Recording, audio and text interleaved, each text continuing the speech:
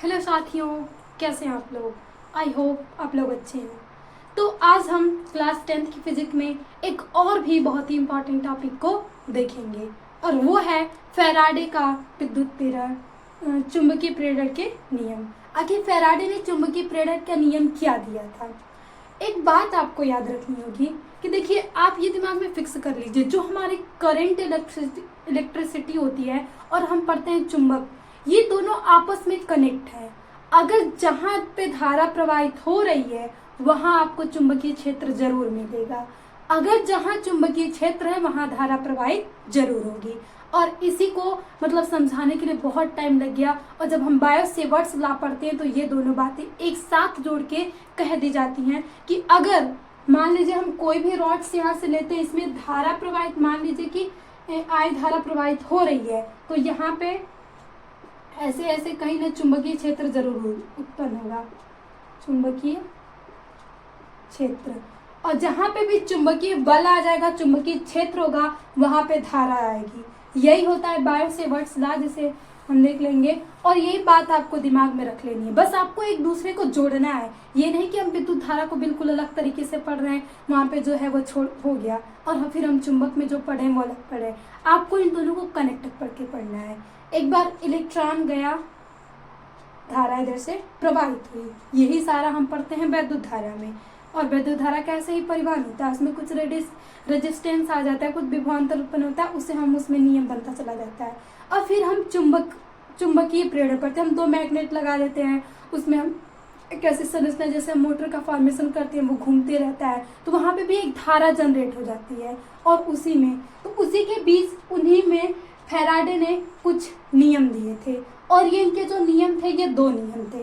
पहला नियम उसी के हिसाब से कहा जा रहा है कि जब किसी बंद कुंडली में से गुजरने वाले चुंबकीय फ्लक्स में परिवर्तन हो तो उस कुंडली में एक वैद्युत वाहक बल उत्पन्न हो जाता है।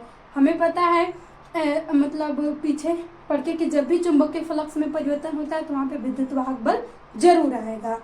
अब जो विद्युत वाहक बल आता है ये फैराडे ने बताया, तो जब भी विद्युत वाहक बल आएगा तो वहाँ पे धारा प्रवाहित होने लगेगी तथा कुंडली में धारा प्रवाहित होने लगती है।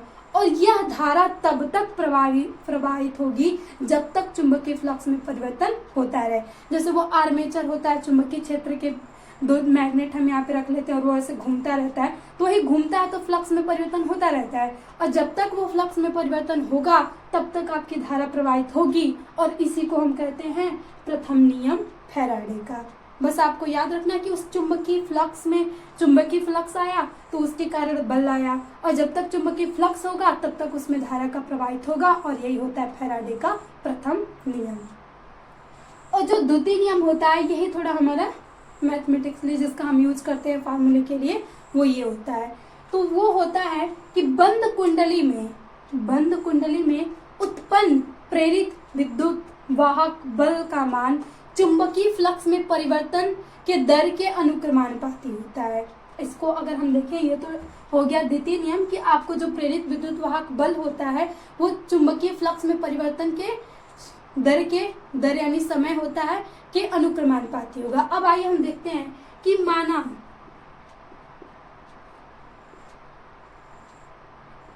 डेल्टा टी समय में चुंबकीय फ्लक्स में परिवर्तन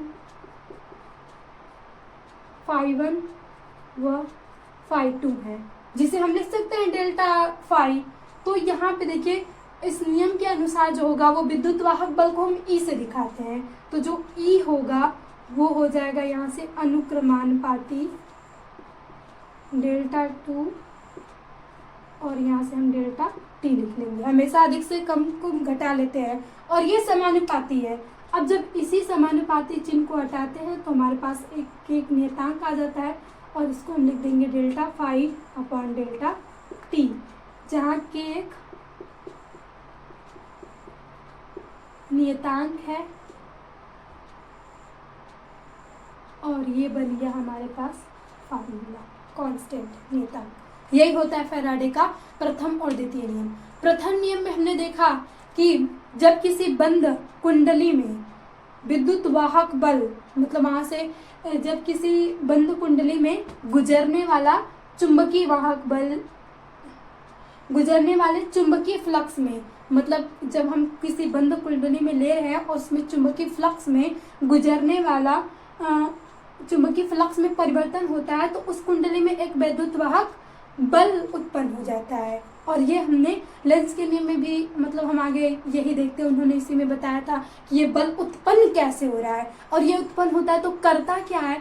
यहाँ पे ये साइंटिस्ट बताए फैराडे कि ये उत्पन्न कैसे हुआ। अब ये उत्पन्न होके करता क्या है ये लेंस बताते हैं। तो जब भी हम कोई बंद कुंडली लेते हैं और उसके फ्लक्स में परिवर्तन होता है तो वहाँ पे एक विद्युत वाहक बल उत्पन्न हो जाता है, और जब विद्युत वाहक बल उत्पन्न होता है तो उसी के साथ साथ धारा प्रवाहित होने लगती है, और ये धारा तब तक प्रवाहित होगी जब तक चुंबकीय फ्लक्स में परिवर्तन होता रहेगा।